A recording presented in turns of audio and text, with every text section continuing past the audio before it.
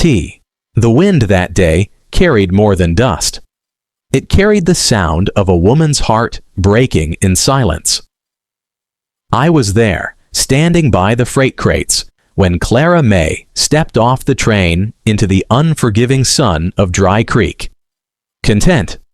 The noon light was harsh, flattening every shadow into thin lines across the platform. Heat shimmered above the iron tracks, and the air smelled of dust, hot metal, and the faint tang of horse sweat. Clara emerged from the passenger car slowly, as if unsure the ground here would hold her. Her calico dress clung to her in the dry heat, a faded ribbon holding back her dark hair, and in her hands, tight enough to whiten her knuckles, was a small, battered trunk. Around us, the station was alive with noise. Freight wagons creaking under weight, cowhands shouting across the yard, the distant hammer of a blacksmith. But when she stepped down, the crowd's noise seemed to dim for a moment, as if the land itself noticed her. Her eyes swept the faces, searching for one in particular. I followed her gaze and spotted a tall man in a tailored vest, his boots polished so clean they caught the sun. He stood still, watching her approach, but his stance was rigid, like someone bracing against a storm. I didn't know her then. I didn't know her story. But I remember the way the wind shifted, carrying the faint rustle of her skirt, and the way her chin lifted as she took those first steps toward him. The midday sun in Dry Creek didn't just warm your skin. It laid claim to it, the kind of heat that settled into your bones and stayed there.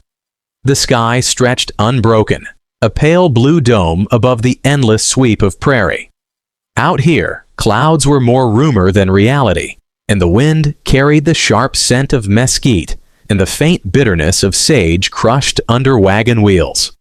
The train station sat squat against that horizon, clapboard walls bleached to the color of weathered bone, each board groaning in the dry air.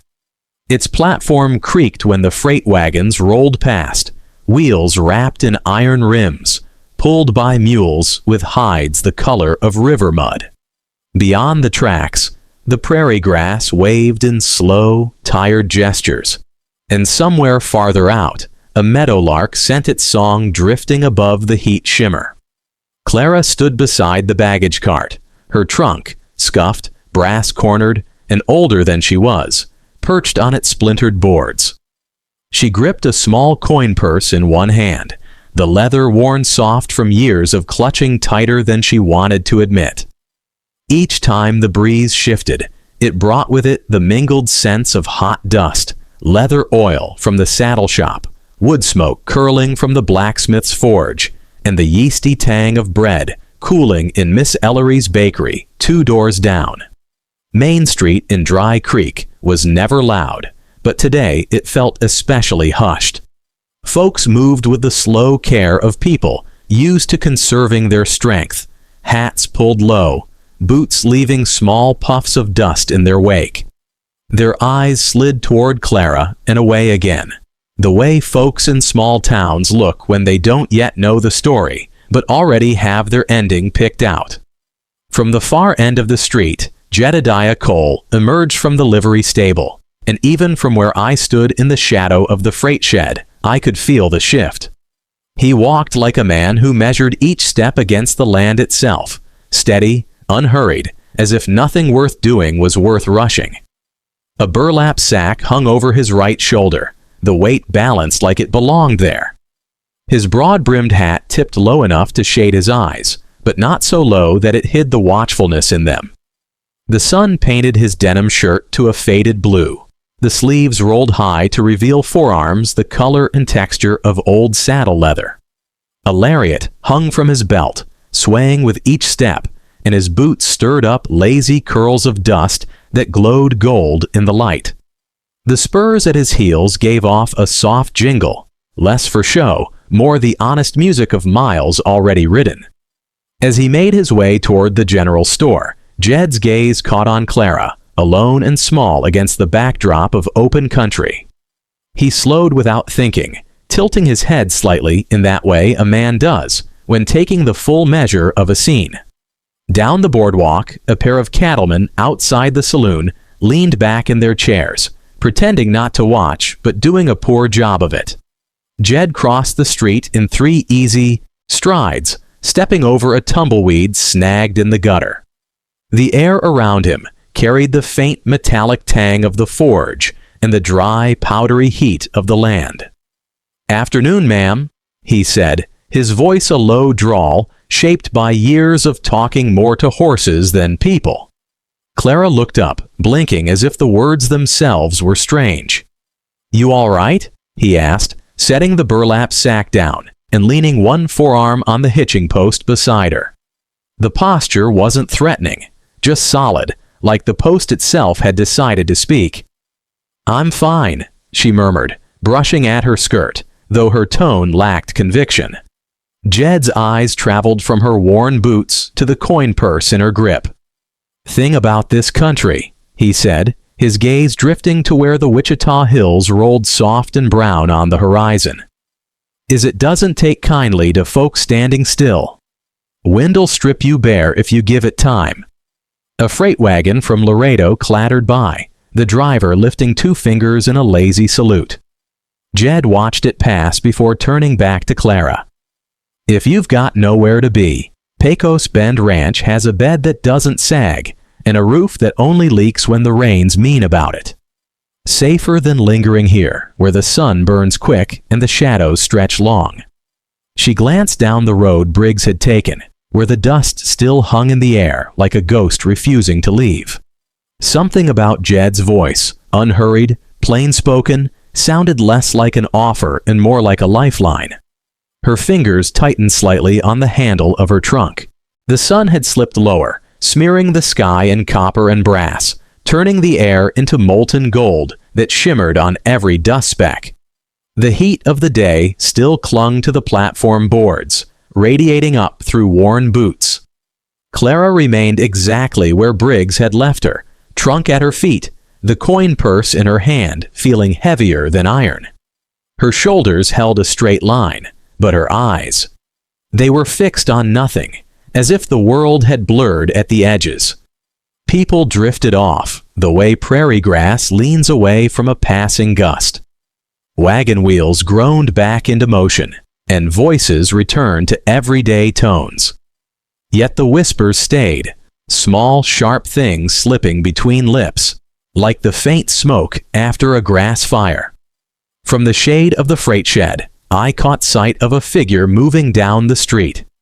Jedediah Cole, coming from the livery, a burlap sack slung over one shoulder. His broad-brimmed hat tilted forward, shadowing his gaze, but you could still catch the glint of eyes that measured more than they spoke. He didn't rush. Jed never did. But it was the kind of walk that cleared a path, same way a seasoned bull parts a restless herd, without noise, without doubt. The dust curled lazily around his boots, curling up in soft spirals, catching the dying light like smoke from a campfire. His denim shirt had been beaten pale by the Texas sun, the sleeves rolled to elbows, tanned and corded from years of rope and reins. A coil of lariat bounced against his hip with each step, the leather darkened from use and sweat. He was halfway to the general store, maybe thinking of coffee or nails for the fence line, when he caught sight of Clara. That was when something changed in his gait. The stride stayed steady, but the direction shifted like a horse feeling the bit turn in its mouth.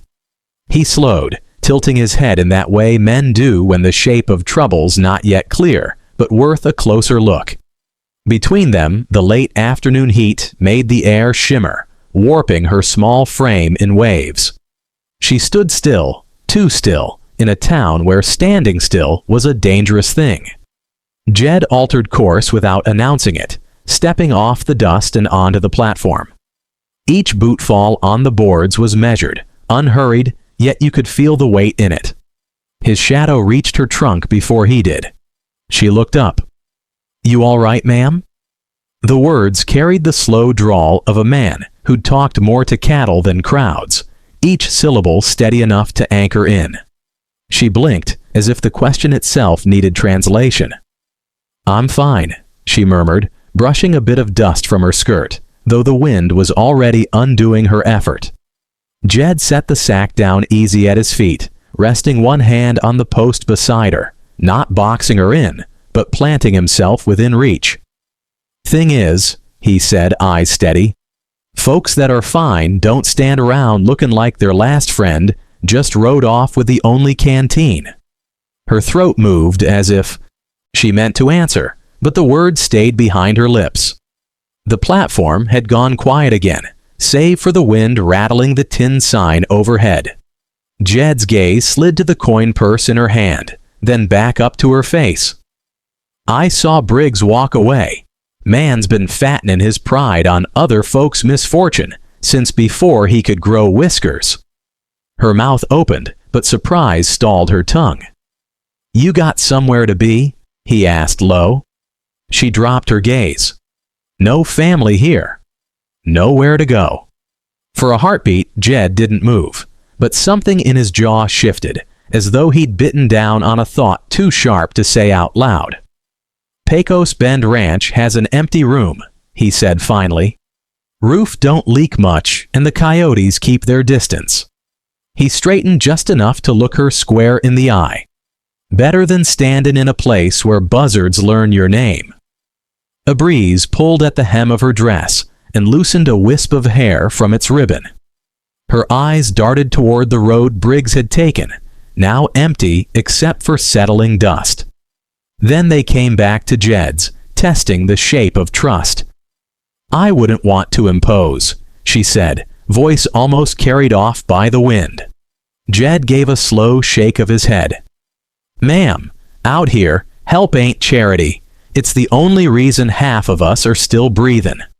Something in that, its plainness, its lack of pity, shifted the air between them. Clara's fingers tightened on the trunk handle. From where I watched, I caught it. A subtle lift of her chin, the kind of breath you take before stepping into cold water. A choice, small and private, but strong enough to change the course of her trail. Jed didn't press her for an answer. He bent, gripped the trunk's handle, and swung it up as though it were just another feed sack bound for the barn. The leather straps creaked under his grip, and the weight shifted, but his arm never dipped. Clara stood rooted for a moment, her eyes still fixed down the street, as though expecting, despite everything, that Thomas Briggs might reappear. The hope was thin, but it was there, visible in the tight way her fingers wrapped the coin purse, in the way her lips parted just slightly as if to speak his name. The street was empty except for a few stray dogs nosing along the hitching rails. Sunlight slanted across the boards, catching in dust motes that drifted lazily in the air. Jed gave a short nod toward the corner. She followed, her boots making small, hollow sounds on the wood. The wagon waited by the general store, a weather-worn box bed with side rails polished smooth by years of use.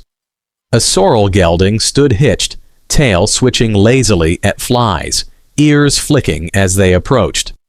Jed lifted the trunk into the wagon bed with a careful heft and tied it down with a half-hitch knot. Quick, neat, the kind that would hold through wind and road. Then he turned to her and offered his hand. Clara hesitated. It wasn't fear of falling. She'd climbed wagons before, but the act of taking a stranger's hand in front of whoever might be watching.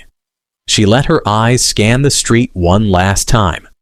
From the corner of my own place by the freight shed, I caught her glance. Quick, questioning. I gave her the smallest nod. She set her fingers into Jed's palm, light as a bird touching down, and he helped her up without a word. The wagon rolled out slow, iron-rimmed wheels groaning over uneven planks before dropping to the dirt road. They passed storefronts in a wash of fleeting images, the blacksmith's forge flaring orange, hammer ringing sharp against anvil, the post office with its peeling blue door, the saloon from which the hesitant, off-key notes of a piano trickled out. Folks along the walk gave Jed the kind of nod a man earns from years of steady work, but their eyes clung to Clara, searching for the story they hadn't heard yet. Once past the last false front building, the land opened up into thirsty fields. Stalks of grass bowed and brittle under the late summer heat. The air carried a faint tang of char, the ghost of old fires that had run through seasons before. Jed kept the reins loose, letting the gelding pick an easy pace. Silence settled in the wagon. The creak of leather, the steady clop of hooves, and the occasional swish of Clara's skirt when she shifted were the only sounds. Jed's eyes stayed forward, scanning the horizon in that way a man does when he's thinking 2 steps ahead. "Storm rolled through here last year," he said finally, his tone almost conversational. "Lightning lit the grass south of the ridge, burned hot enough to melt wire off the posts." Clara glanced at him, studying the shape of his profile. "Did you rebuild?" His jaw moved once before he answered. "Always do. Some things you don't leave to rot." The words carried a weight that didn't belong only to fences and wire. They'd gone another mile when movement on the far side of a low rise caught Clara's eye. A rider came into view, lean in the saddle, moving at an unhurried lope. As he drew closer, the brim of his hat lifted just enough to reveal a face she recognized. The freight clerk from the station, the one who'd been watching when Briggs turned away. The rider slowed, pulling up beside the wagon, and tipped his hat to Jed. "Evenin', Cole. You've got company." His tone carried that oily edge that slips between politeness and provocation. Jed didn't break his calm. "Evenin', Mason. You passin' through?" Mason's gaze slid back to Clara, holding a beat too long. "Just keeping an eye on things. Word's been blowing around town since the noon train came in. Folks wonder why a woman's left standing on a platform alone. Sometimes that kind of wonderin' catches fire faster than dry grass." Clara felt heat crawl up her throat that had nothing to do with the sun. Her hands curled in her lap, pressing into the coarse fabric of her skirt. Jed's tone stayed level, but there was iron under it. "Talk's just wind, Mason. You breathe too much of it, you choke." Mason's smile was small and humorless. He tipped his hat again, but the look he gave Clara as he turned his horse was the kind of look a person remembers for the wrong reasons. He rode on, vanishing in the wavering heat ahead. When the road was empty again, Jed spoke without looking at her. "You'll hear some things out here, not all of them worth listening to." They rode the last stretch in quiet. The sun had dropped low enough to set the prairie in deep gold, shadows stretching long across the road. When Pecos Bend Ranch came into view, it rose out of the land like it had grown there. Main house plain but strong, windows catching the light, barn doors standing wide. The air smelled of hay, dust, and the faint musk of cattle somewhere beyond the fence line. Jed drew the wagon to a stop in front of the house, climbed down, and retrieved her trunk. Inside, the place was cooler. Plank floors worn smooth, a rifle over the mantel, a few shelves lined with books, and the faint scent of wood smoke lingering in the air. He led her to a small room at the end of the hall. A simple bed waited, quilt tucked tight, a wash basin on the table. Light from the single window fell across the floor in narrow strips. "You can rest here," he said, setting the trunk down. "We start early, but you won't be pressed till you're ready." She lingered in the doorway, one hand on the quilt. "Thank you," she said, and though her voice was even, the shadow of Mason's warning still clung to it. Jed gave a slow nod, eyes steady. For a moment, it seemed as though he might speak again, but instead he tipped his hat and stepped away, leaving her with the quiet, and with the knowledge that in this place, safety and danger might be only a single rumor apart. The first morning at Pecos Bend Ranch broke with a thin veil of mist lying low over the pasture. the kind that clung to the grass just long enough for the sun to burn it away. Clara woke to sounds she hadn't known in years. The low bawl of cattle, the scrape of a shovel on packed dirt, the soft creak of a windmill turning. She'd slept in her dress, too tired, and maybe too wary to unpack. Her mother's quilt lay folded at the foot of the bed, untouched. In the dim wash of early light, the little room looked different. Less like a refuge, more like a place she'd been allowed to borrow for a while. She stepped to the window. Jed was outside near the barn, tossing hay from the wagon bed. His movements were efficient, unhurried, the same measured quality she'd noticed in town. Even from here, she could see the way his hat brim shadowed most of his face, hiding whatever expression he wore. Breakfast was waiting on the table, a pot of coffee, biscuits cooling on a cloth, a crock of butter softening in the warm air. Jed's voice came from the doorway. "Coffee's better hot, ma'am." She turned. He leaned on the jamb, holding his cup, steam curling between them. He didn't step inside, just nodded toward the chair. She sat. They spoke little. He asked if she slept. She said she had. Both knew it was half true. It was Amos Whitaker, the ranch hand Jed had introduced last night, who drew her into the day's rhythm. Amos had a way of talking while working, checking fence posts, scattering grain for the hens, as though words were just another chore. He pointed out the far pastures, the low ridge where the grass grew thin, the creek that curled through the property. And once, without looking at her, he said, "Mason's a man who likes to watch the pot boil, even if he don't plan on cooking." Clara kept her eyes on the grain falling from her hand. "I don't know what you mean." Amos's mouth curved slightly, not quite a smile. "Don't need to. Just keep in mind. There's folks in Dry Creek who measure others by the weight of their pockets, not the worth of their word." The hours filled themselves. She gathered eggs, scrubbed vegetables in the kitchen basin, mended a tear in a work shirt left draped over a chair. Each task was small, but the quiet between them carried weight. When she stepped out to hang laundry, the wind came from the south, dry and warm, bringing with it a faint, acrid scent. It reminded her of something Jed had said on the wagon. Storm rolled through last year. Lightning lit the grass. By the third day, routine began to soften the edges of her doubt. Jed rode out at dawn, returned at midday, never with empty hands, always a sack of feed, a coil of wire, or some part scavenged for repair. He ate simply, listened more than he spoke, and when he did talk, it was about the land, the stock, the weather. Nothing about why he'd offered her a place here. But Mason's words, slippery and unwanted, still rose in her mind at night. Sometimes wonderin' turns to trouble. She couldn't decide if the trouble was behind her, or riding just out of sight. On the fourth evening, she found herself on the porch, watching the western sky catch fire with sunset. Jed was there too, leaning on the rail, hat pushed back.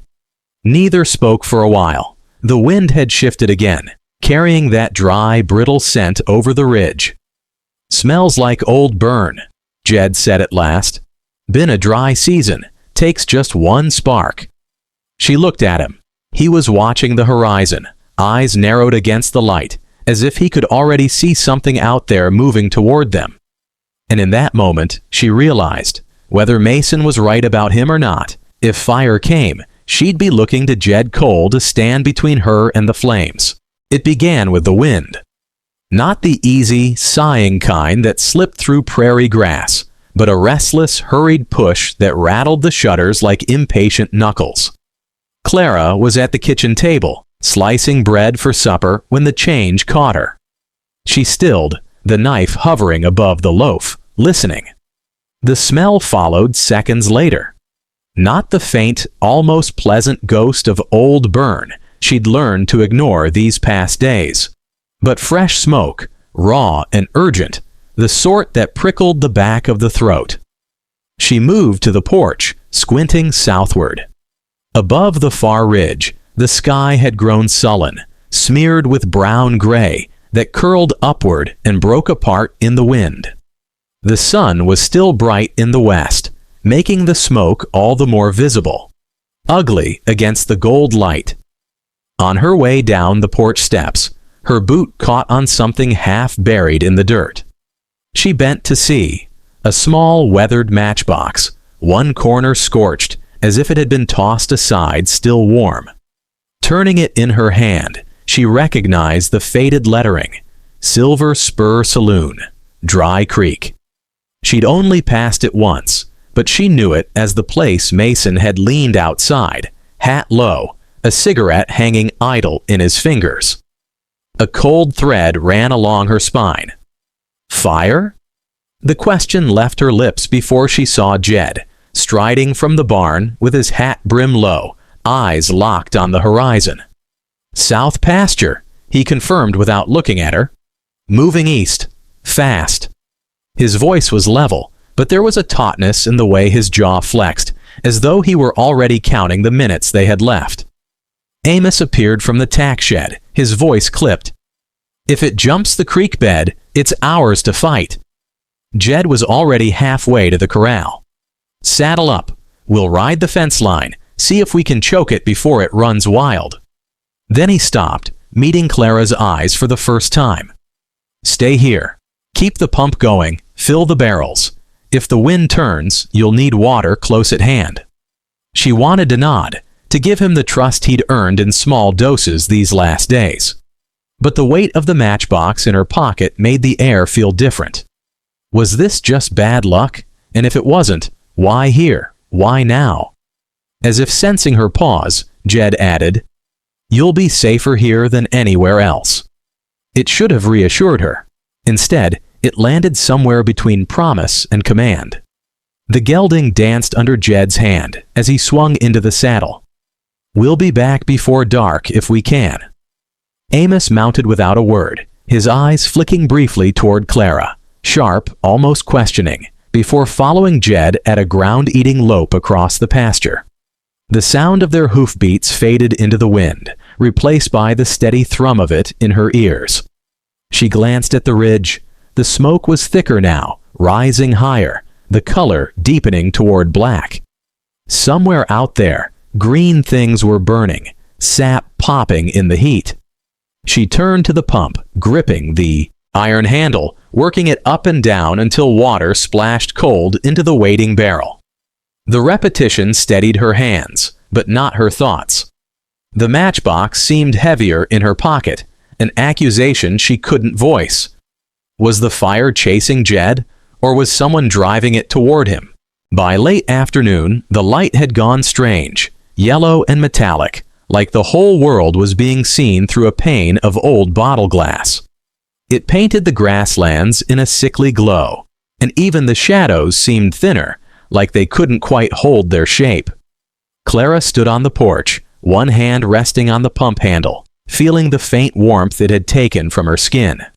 She'd been working the thing for near half an hour straight, keeping the barrels topped, because that's what Jed told her to do. And she'd learned already that Jed's voice had a way of sticking in her head like a fence post in frozen ground. You could pull at it, but it wouldn't budge easy. Still, her eyes kept going south. What had been a lazy ribbon of smoke earlier in the day was now a roiling wall, low and dark, smudging out the sky. The ridge that ran like a spine across the horizon was barely visible behind the thickening haze. Every now and then, a darker puff would billow upward, trees catching, she figured, or maybe a stretch of dry brush flaring. The wind hit her face, hotter than it had any right to be for this early in the season. It pushed against her skirts, tugged at the ribbon in her hair, and carried the first real scent of it. Fresh smoke, sharp and raw, the kind that grabbed the back of your throat and wouldn't let go. Then she heard it. Not just the wind, but another sound beneath it, a faint, uneven crackle. It was still far, but sound traveled funny out here. You could hear trouble before you saw it, and once you saw it, it was usually already closer than you wanted. She took 2 steps down off the porch, eyes fixed south. That's when her boot toe caught on something half buried near the water trough. She bent, brushed away the dust, and found herself holding a small matchbox, the cardboard soft with age and one corner blackened, as if it had been tossed aside still hot. The faded red letters on the side read, "Silver Spur Saloon, Dry Creek." Her thumb traced the burn mark. She'd seen this same brand in Mason's hands the day she'd arrived, when he'd been leaning against the hitch rail outside the saloon, cigarette dangling from his lips. He'd looked her over like a horse he wasn't planning to buy, but still wanted to appraise. A cold thread wound its way along her spine. Fire didn't start itself, not this early in the season, not after the last rain. The sound of boots on packed earth pulled her head up. Jed was striding from the barn, hat brim low, eyes locked on the same horizon she'd been watching. "Fire!" she called, though the word was more to confirm what they both knew. "South pasture," he said, not slowing. "Wind's got it moving east, fast." Before she could answer, Amos came out from the tack shed, wiping his hands on his trousers. "If it jumps the creek bed, it's ours to fight." Jed was already halfway to the corral. "Saddle up. We'll ride the fence line, see if we can choke it, before it runs wild." Then he stopped, just long enough to meet Clara's eyes. "Stay here. Keep the pump working, barrels full. If the wind turns, you'll need that water close." She nodded, but the matchbox burned like a brand in her palm. He must have seen something in her face, because he added, "You'll be safer here than anywhere else."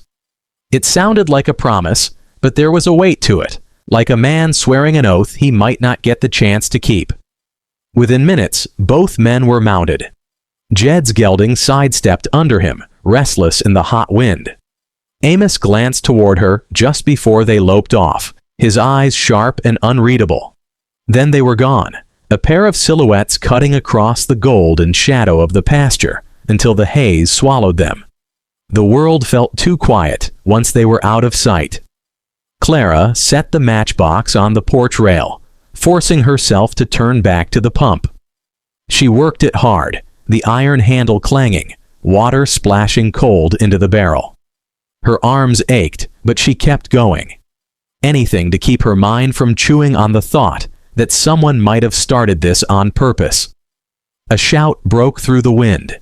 She froze, head snapping toward the road to town. A rider was coming fast, low in the saddle, dust trailing. She shaded her eyes, and her stomach dropped. Mason. He didn't slow until his horse's hooves skidded in the dirt near the porch, throwing up a spray. "Fire's jumped the creek," he called, swinging down in one easy motion. "Jed and Amos are trying to cut it west, but it's coming in here quick." Her grip tightened on the pump handle. "I'm keeping the barrels full. He told me to wait?" Mason's voice had an edge. "That's Jed's way. Make folks sit tight while the fire walks right up to 'em." Her free hand drifted toward her skirt pocket, where the matchbox now rested again. She wanted to pull it out, hold it up to his face, watch whatever truth lived in his eyes. Instead, she kept it there, feeling its corners press against her fingers. "Why are you here, Mason?" "Dry Creek's my home," he said, though his mouth twisted just enough to make the words taste like something else. "Can't let it burn, even if it means riding alongside a man like Jed."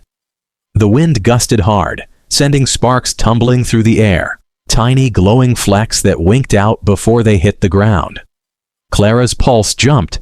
Mason stepped closer, lowering his voice. "We've got 2 choices. We wet the roof, hope it holds, and wait for them to come back. Or," he glanced toward the ridge, "we ride out now, find 'em. Could be they're already boxed in." The heat seemed to press in on her, the smoke sharper now. "Jed told me to stay." "Jed ain't here," Mason shot back. And if that fire comes over the rise before they make it back, staying will mean waiting to see which goes first, the house or the pasture. Her heart thudded. In her chest. Mason had a way of making danger sound like the more reasonable choice. She looked toward the barrels. 2 were full now, the third halfway. Toward the tack shed, where Jed's spare mare stood saddled from the last supply run. And in her pocket, the matchbox felt heavier than any pistol. She thought of asking him outright, "Did you drop this? Did you start what's coming?" But if the answer was yes, then riding with him would be madness. And if the answer was no, maybe she'd just accused the only man offering to help her. From the south, the roar had grown, steady now, like a far-off waterfall. The horizon wavered in the heat, the smoke rising higher, bending east. Mason's voice cut in again, low and coaxing. "Out here, you've got to choose quick. Waiting's just a slower kind of dying." Her gaze flicked one last time from the barrels to the mare, from the water to the smoke. Jed's voice in her head said stay. The wind in her ears said run. And somewhere between them, the truth waited. Hot, uncertain, and closing fast. The wind made the choice for her. Clara looked from the sloshing barrels to the saddle waiting in the tack shed and felt the heat push against her like a hand. Jed's voice in her head said, "Stay." The smoke said, "Hurry." The matchbox in her pocket said, "Beware." She moved. "Roof first," she said, already hauling the ladder off the side of the barn. Mason stared at her for a heartbeat, then shrugged like a gambler, forced to play the hand he didn't intend. "Your roof, your rules." He grabbed 2 burlap sacks and plunged them in the brimful barrel. Water bled out dark and steady. Clara climbed. Halfway up, the wind slapped grit in her eyes, stinging tears loose. She blinked them away and kept moving, boots finding purchase on rungs worn smooth by years of chores. The shingles radiated heat. The tar in the seams felt soft under her palms. She hauled herself onto the crest and crawled toward the chimney, pressing a wet sack flat and dragging it like a plow. Mason came up a second ladder on the lean-to, pitching her another sack, then another, until a soaked path ran from ridge to eave. She worked it again, lungs burning, arms rubbering out.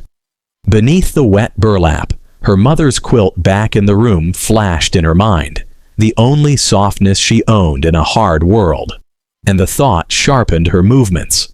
From the south, the sound swelled from crackle to roar, timber splitting, brush giving way, the deep, hollow breath of a thing with lungs.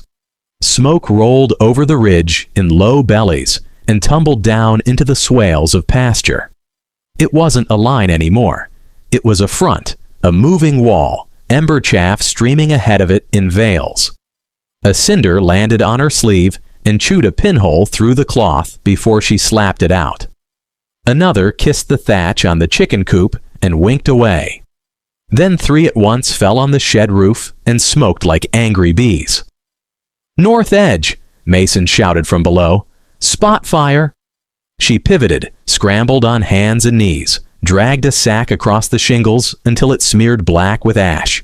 From up here, the ranch revealed its nerves, the way fence lines stitched the land, the way the creek curved like a blade, the way the barn's shadow stretched toward the pasture as if trying to pull the house with it. Beyond, a smear of running gray resolved into cattle bunching and breaking, their movement a language of panic. "Jed," she breathed, but the name disappeared in the wind. They worked the roof until the sacks turned warm and the shingles steamed.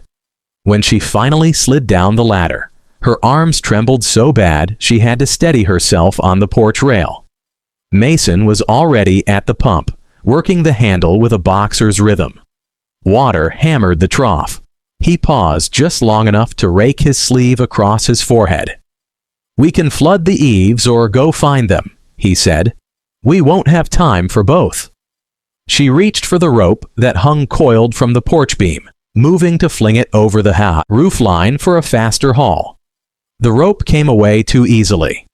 The cut at the end was clean, not frayed. She felt it in her fingers, the way a cook feels a blade's work in the grain of a carrot. Not a tear. A slice. Her gaze slid to the pile of spare lengths by the shed. 2 were missing. Her pocket suddenly weighed a pound. Silver Spur Saloon. She felt the cardboard through cloth like a brand and said nothing. Eves, she answered, and the word surprised her by how steady it sounded.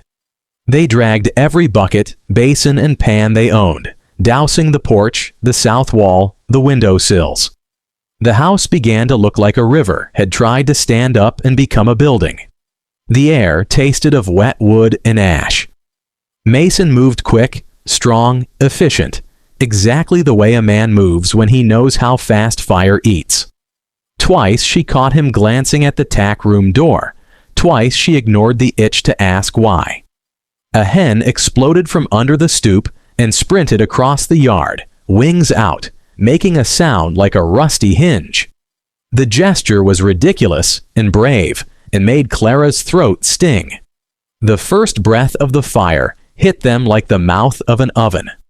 The temperature rose a handful of degrees in a single second.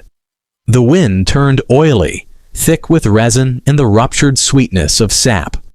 Smoke threw itself against the porch and then slid past like a river deciding which bank to eat first.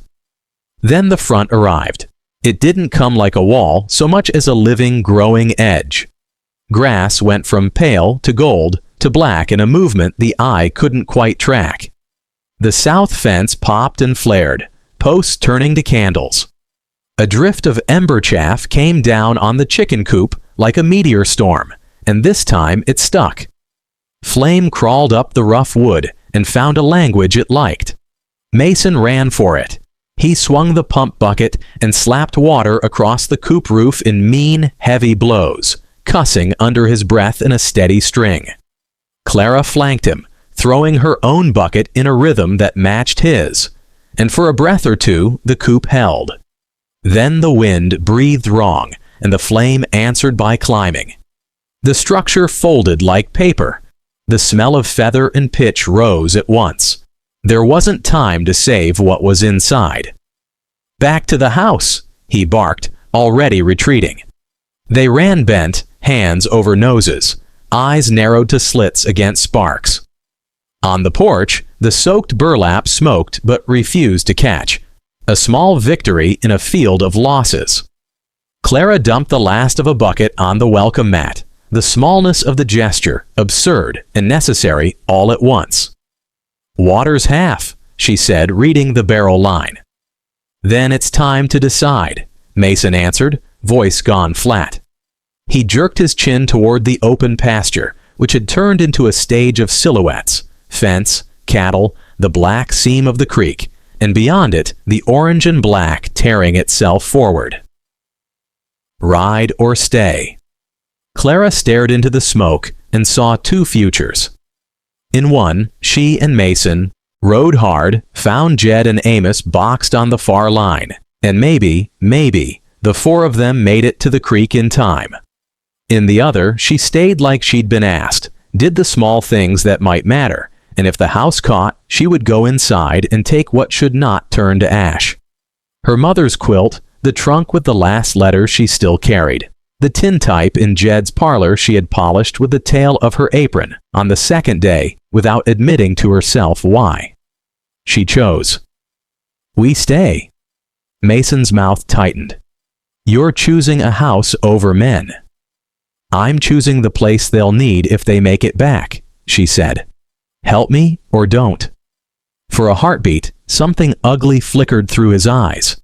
Then it was gone, and he was shoulder to shoulder with her, lifting, slinging, stamping out little flares that popped up on the bleached grass like angry stars. They used everything: the pump, the buckets, the dishpan, a kettle Amos had left on the stove. Time stopped being a string of seconds and became a rope they were hauling against. A spark landed on the porch rail and crawled like a tiny animal. Clara slapped it with a damp rag and left a black slug on the wood. Another landed on the south eave and winked out on contact with the wet burlap. The world contracted to the next ember, the next throw, the next breath. From the pasture, a sound pushed through the roar, hooves, many, moving wrong. The cattle had found a corner and were trying to climb through each other to not be there. She saw shapes at the herd's edge, two riders slicing arcs into the panic, turning it with their bodies and their voices. Jed and Amos. They were specks in the smoke, then shadows, then men again, and the relief that slammed through her made her knees go loose. "Here!" she shouted, as if her voice could punch through the roar. It disappeared, but the rider's line angled toward the narrow strip of ground behind the house that led toward the creek, a corridor they'd soaked and cleared as best they could. Mason grabbed her arm. "Roof," he said, eyes cutting to the shingles. In the moment she'd looked away, a ribbon of flame had found a dry seam near the chimney and licked it into meaning. He thrust a wet sack into her hand, already climbing. She went up without thinking. The ladder shuddered under their speed. The roof met them hot and gritty, ash snowing down so thick it made the world a pale storm. Mason crawled toward the flare and slapped tarp and water in practiced motions, his body moving like a man who'd done this before, too many times. The thought snagged her attention. She pushed it away to live another minute. A gust hit hard from the south. Flame stood up on the shingles and took a step it hadn't earned. Heat punched through her dress and drew sweat in clean lines down her spine. She threw the sack again, smearing a black arc across the shingles. The flame retreated an inch, then two, then flared again alive. The work was a conversation with a thing that didn't care to listen. Below, hooves hammered the yard. Clara risked a look. Jed had swung down, running with the reins in one hand and something like a wet blanket in the other. Amos peeled toward the barn, driving the horses out through the north gate with curses and clicks. The herd, wild-eyed, spilled into the corridor of scorched dirt and soaked grass and funneled toward the creek, carrying their fear like a coat. "Clara!" Jed's mouth shaped her name, his voice swallowed by the noise. His eyes found her on the roof. The flicker that ran through them, fear, relief, fury, was a whole speech in a breath. He ran for the pump. The flame at the chimney flared tall and leaned. Mason lunged to meet it and lost his footing as a trough of ash slid like talc under his boot. He pinwheeled, one hand grabbing the ridge board.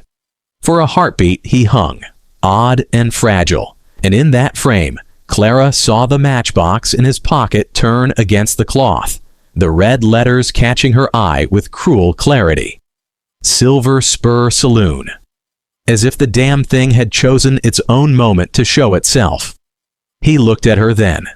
Not for help, he was too proud, but to measure what she'd seen.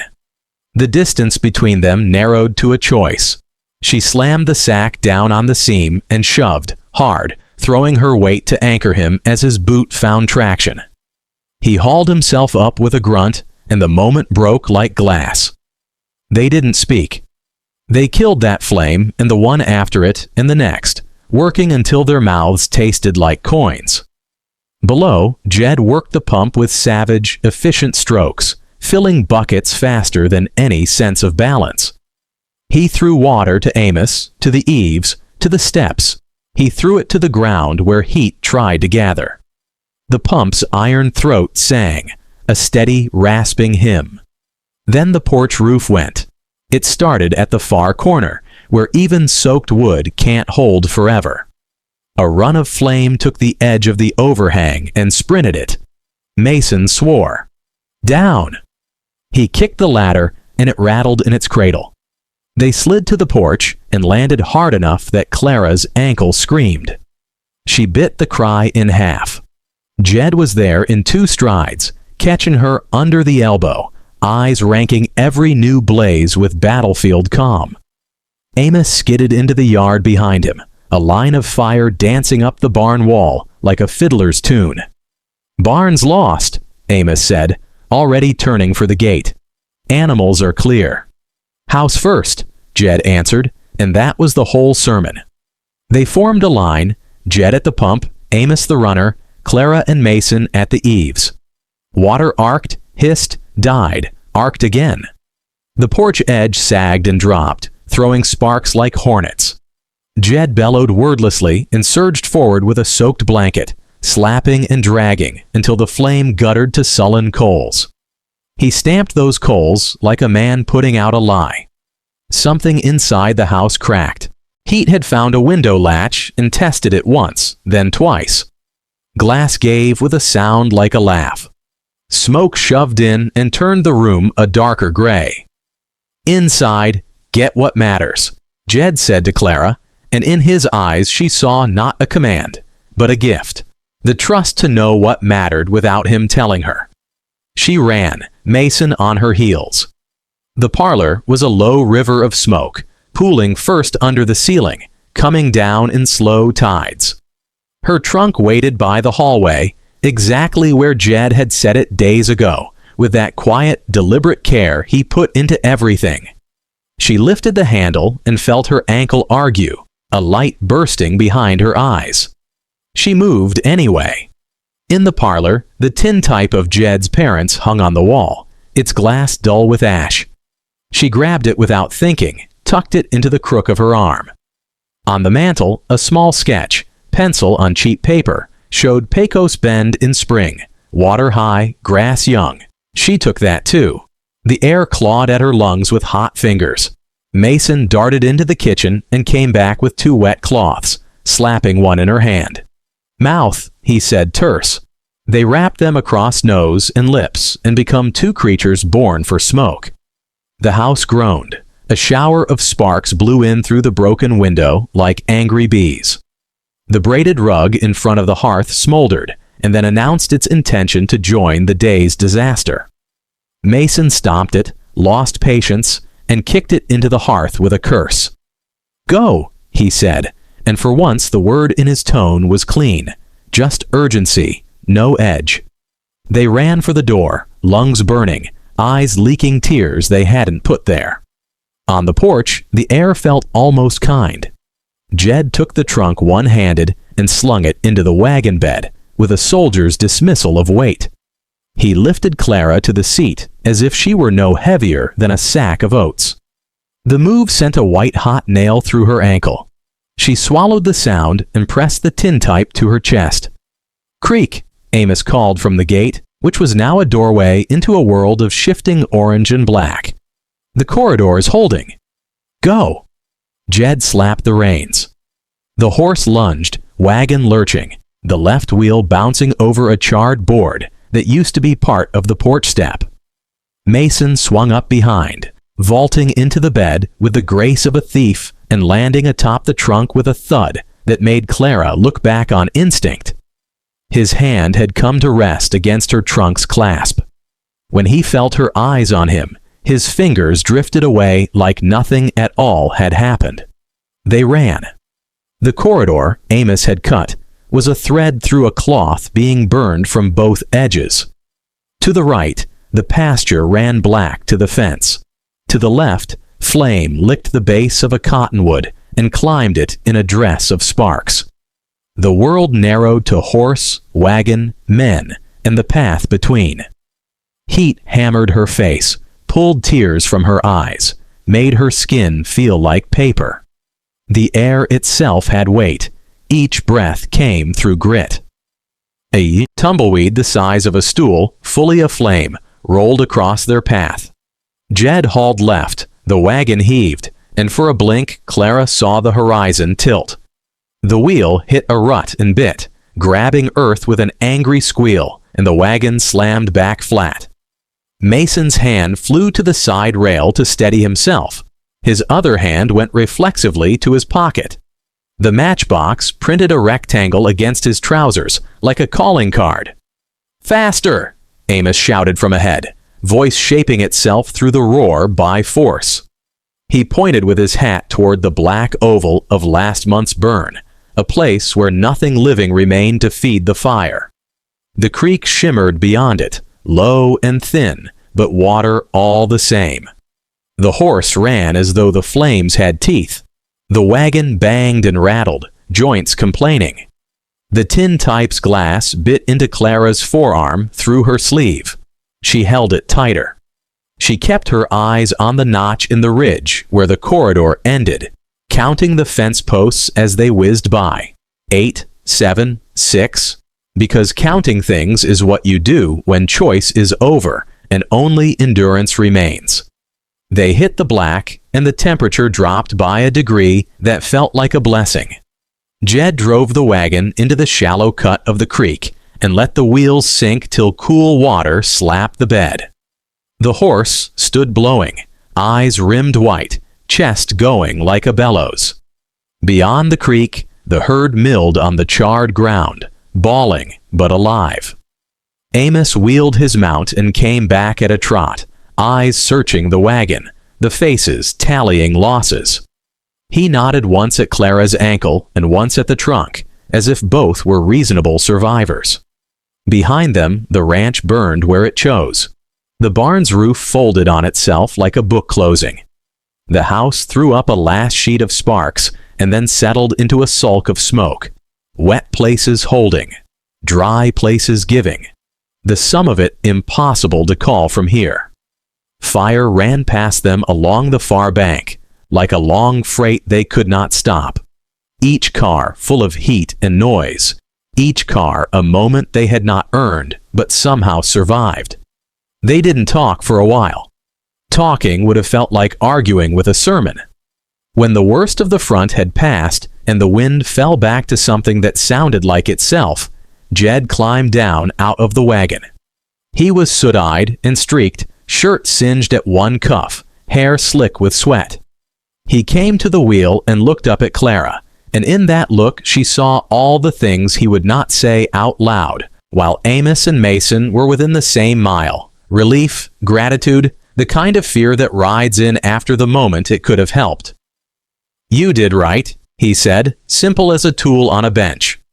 She nodded because the lump in her throat was too big to make anything else. Her ankle throbbed to its own heartbeat. She felt each pulse like a small hammer. She realized she was still holding the tintype, and what that must have looked like to him. He saw it and didn't smile, but some small looseness came into his eyes, like a knot considering its own untying. Mason slid down from the wagon bed and landed in the creek with a splash, water spotting his trousers in dark coins. He pushed wet hair back from his forehead and gave Jed a look that tried to be level and settled somewhere short. "We saved what we could," he said. "Could have been worse." Jed's gaze, steady as a post, tracked from Mason's face to the dark rectangle printed on his pocket and back again. He didn't ask. Not here. Not while the fire still had its hand on their shoulder. "Could have," Jed said, and turned away, already counting the cattle, counting the men, counting the next hour. A gust lifted, playful now that the worst of it had passed, and knocked something small off the edge of the wagon bed. It dropped into the shallows with a soft plop and blossomed into a sodden rectangle that spun once and came to rest against a stone. Clara saw the faded red letters even before water bled their certainty. She reached down and picked it up. Silver Spur Saloon, Dry Creek. The matchbox shed ash into the creek. She could have let it go. The current was barely a current. It would have carried the little box 2 yards, maybe 3, and then laid it in black muck where it would go to paper again. She placed it on the side plank of the wagon to dry in the weak breeze and wiped her wet fingers on her skirt. She felt Mason's attention turn and turn away, like a dog thinking better of a jump. "Tonight we camp here," Jed said, voice back to work. "Morning we walk the line, see what's left. Cattle'll need water and quiet." "What about the house?" Amos asked. Jed looked past them, past the smoke, to where the roof line had been. "We'll see it when we see it." Clara let her head fall back against the seat and watched a smear of cloud crawl slow across the burned sky. Her body shook with the slow tremor that comes when danger has decided to look elsewhere for a while. She let it. She had earned the shaking, same as the soot. Mason sloshed out of the creek and came to stand by the wagon wheel, hands on his hips, trying to wear the posture of a man who belongs. He watched Jed and Amos tally and mutter and mark, and for the first time since he'd ridden in that afternoon, he looked uncertain about which version of himself to be next. Clara picked up the matchbox again, weighing it in her palm as if it could tell her anything by the heft. The corner was blackened like the first one she'd found. The striker strip was worn smooth on one edge in the way of a nervous habit. A smear of tar fingerprinted one side.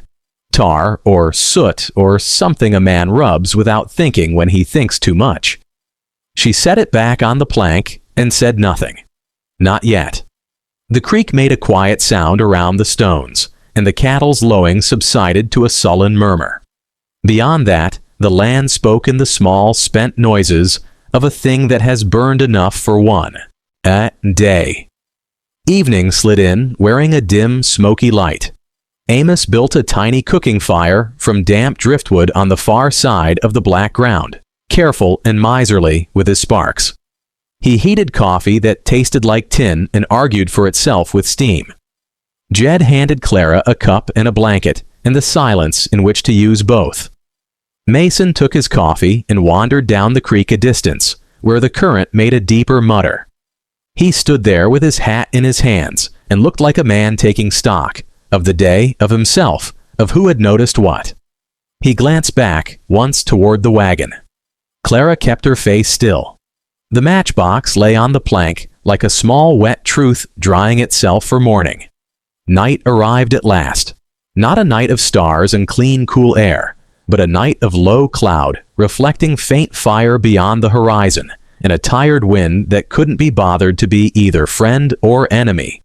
The four of them settled into what counted for rest, men on bedrolls, Clara with her back to the wagon wheel, ankle supported by the trunk. Jed doled out the watches without ceremony. No one argued. On her watch, the land felt bigger than it had ever been, as if the fire had taken fences from the world as well as from the ranch. The herd slept and startled and slept again. A whip-poor Will tried a verse and thought better. Somewhere out in the char, a cottonwood let go of a limb with a long private sigh, and then there was only the creek and the kind of quiet that follows great noise. She looked at the matchbox a long time and then tucked it back in the trunk, under the quilt, where heat couldn't reach and men wouldn't look. It was a choice to carry it forward, to keep a question alive. Toward dawn, a thin, damp wind came up from the east and worried what embers remained into drab ash. The sky put on a weak gray and tried to pretend it had always been innocent. When the first true light arrived, it found 4 people and a herd and a ranch that had burned and not burned, lost and not lost. Clara eased the tintype from where she'd slept with it under the blanket and held it up. Jed noticed, and for the first time since the day began, let himself smile with his whole face. It did not last long. Morning is for labor. But the memory of it sat down beside the pain in her ankle and the weight in her pocket and made both a little easier to carry. They stood. They would walk the line. They would count. They would start again. Behind them, in the wagon's side plank, a perfect rectangle printed by the drying matchbox remained, just enough to mark where a small, inconvenient truth had rested for a while and refused to blow away. When the fire finally quieted, the night didn't feel like victory. It felt like a deep breath held too long finally being let go. The smoke still curled in lazy ribbons above the blackened ridge, drifting into the kind of dark that swallows the horizon. Somewhere behind us, the river whispered against its banks, carrying the smell of wet earth and something sweeter, a reminder that not everything had burned. I stood a little apart from Jed and Mason, close enough to hear the creak of leather as they dismounted, far enough that the only light on my hands came from the dying glow of the fire line. In the hush that follows chaos, you notice strange things. How the stars seem brighter for having been hidden. How your heartbeat feels different when it's not racing from fear. How quiet can feel heavier than noise. And in that quiet, I started thinking about the way days like this leave their mark. Not the kind you can see, but the kind you carry inside. Out here, where the land is wide and the sky is bigger than your own worries, it's easy to believe you're small and powerless. But when the wind turns hot and the flames start running, you find out real quick that what you choose to do matters. I've seen men prove themselves in 100 small ways, patching a stranger's roof before the rain comes, sharing the last of their coffee with a traveler, riding out at midnight to look for a lost calf. But I've also seen the kind of choice that carries a weight you feel for years. Tonight had both. 3 truths settled deep in me as we stood there, boots in the ash, breathing the same smoke. First, trust isn't built in sunshine. It's easy to get along when the days are calm, the cattle are fat, and the biggest trouble is a squeaky gate hinge. But the truth is, real trust is forged in the moments when the wind is wrong, the ridge is on fire, and you've got to decide who you'd ride with into danger. You don't forget the folks who show up when you're knee-deep in trouble. And you don't forget the ones who turn away either. Second, help given freely is worth more than gold. Money can buy a lot out here: feed, land, even a fair measure of respect. But when you're staring down something bigger than yourself, like a wall of fire or a winter that won't quit, it's the hands that reach for you without asking for pay that make the difference. Tonight, the barrels we filled, the cattle we drove, the line we held, none of that was bought. It was given, and that's why it mattered. Third, some questions can wait, but not forever. That matchbox in my pocket. It's still there, and it's still heavy. There are things about tonight I don't know yet.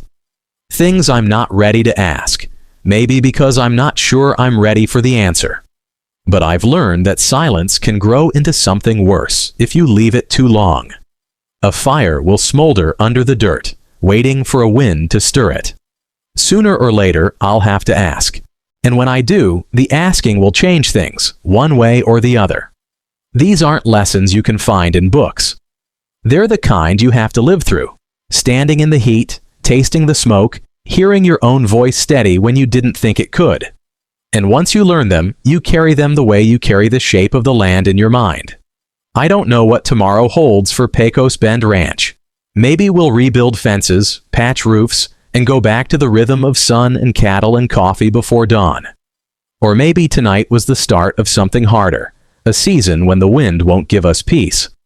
But I know this: I'm not the same woman who stepped off that platform with nowhere to go. Tonight taught me that belonging isn't always about where you were born or whose name you carry.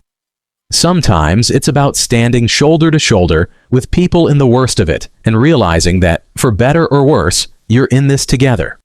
So if you're hearing my voice now, maybe with the crackle of a campfire nearby, I hope you take this with you. The world will test you. Sometimes in little ways, a cold morning, a stubborn horse. Sometimes in big ways, a fire on the ridge, a friend's silence when you need their voice. When that happens, remember the people who've ridden beside you, and don't be afraid to be that person for someone else. I hope your nights are quiet more often than they're not. I hope your roof holds in the rain, your coffee's hot in the morning, and your horse never spooks at shadows. And when the smoke comes, because it always does, I hope you've got a place to stand where the ground feels steady, and someone beside you who knows the trail home. May your trails be clear, your burdens light, and your heart strong enough to carry both the questions and the answers. And wherever you are tonight, stay safe, friends.